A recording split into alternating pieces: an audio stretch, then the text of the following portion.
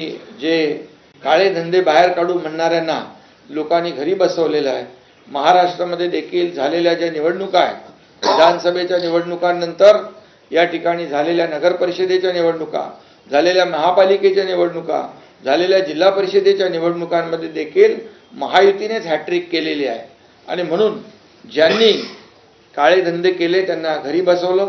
मुंबईकरांनी देखील काम करणाऱ्यांच्या पाठी आशीर्वाद दिले आणि कामाची पोचपावती या ठिकाणी मुंबईकरांनी देखील दिले आणि म्हणून मुंबईकरांचं देखील मनापासून मी अभिनंदन करतो।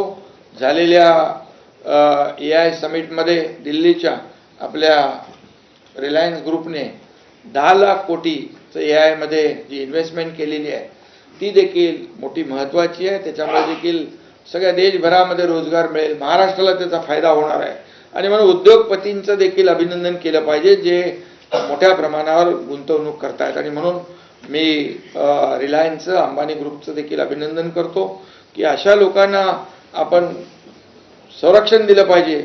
मी आता मागच्या घटनेकडे जात नाही, उद्योगपतींच्या घराच्या खाली काय काय लावत होते,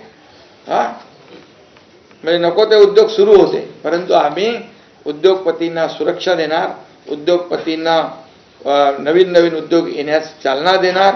खरं म्हणजे आपल्याकडे पोटेन्शियल आहे, इन्फ्रास्ट्रक्चर आहे, कनेक्टिव्हिटी आहे, स्किल मॅनपॉवर आहे, सगळं आहे आणि म्हणून तर 30 लाख कोटींचं आता MOUs झाले, आपले करारनामे झाले, मागच्या वेळेस देखील झाले, मी होतो तेव्हाही झाले, देवेंद्रजींच्या काळातही झाले। त्यामुळे उद्योगाला चालना देणारं हे महाराष्ट्र आहे आणि मग किती सांगणार त्यांना, आणखी मी सांगायला वेळ अपुरा पडेल आणि म्हणूनच स्वतः आत्मपरीक्षण करावं, आत्मचिंतन करावं।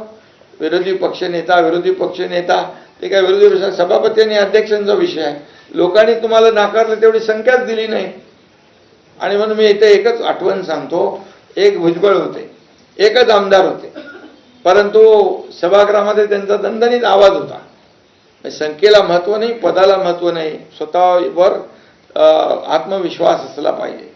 म्हणून रडायची ज्यांना सवय लागलेली आहे ते रडगाणं कायम सुरू असतं। आम्ही त्याच्यामध्ये विरोधी पक्ष नेत्याच्या बाबतीमध्ये देखील त्यांनी काही इथे मुद्दे उपस्थित केले की सत्ताधारी पक्षाने ते अडवले, तो अध्यक्ष आणि सभापतींचा विषय आहे आणि त्यामुळे आम्ही कुठल्याही विरोधी पक्षाचा अपमान करू इच्छित नाही आहे।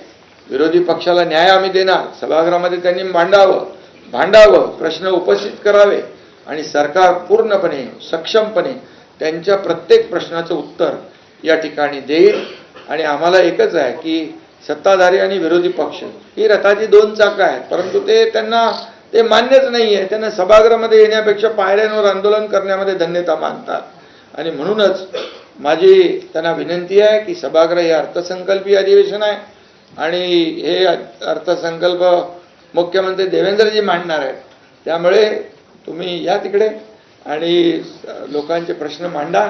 नक्कीच जनतेला न्याय देण्याचं काम आम्ही सरकार म्हणून करू, हा विश्वास या ठिकाणी व्यक्त करतो आणि पुन्हा एकदा आपल्याला मनापासून धन्यवाद देतो। देवेंद्रजींना शुभेच्छा देतो की आपण हा अर्थसंकल्प मांडणार आहात। हा गोरगरिबांसाठी, सर्वसामान्यांसाठी, या महाराष्ट्राला पुढे नेण्यासाठी हा अर्थसंकल्प अतिशय महत्त्वाचा ठरेल, हा विश्वास या ठिकाणी व्यक्त करतो। धन्यवाद।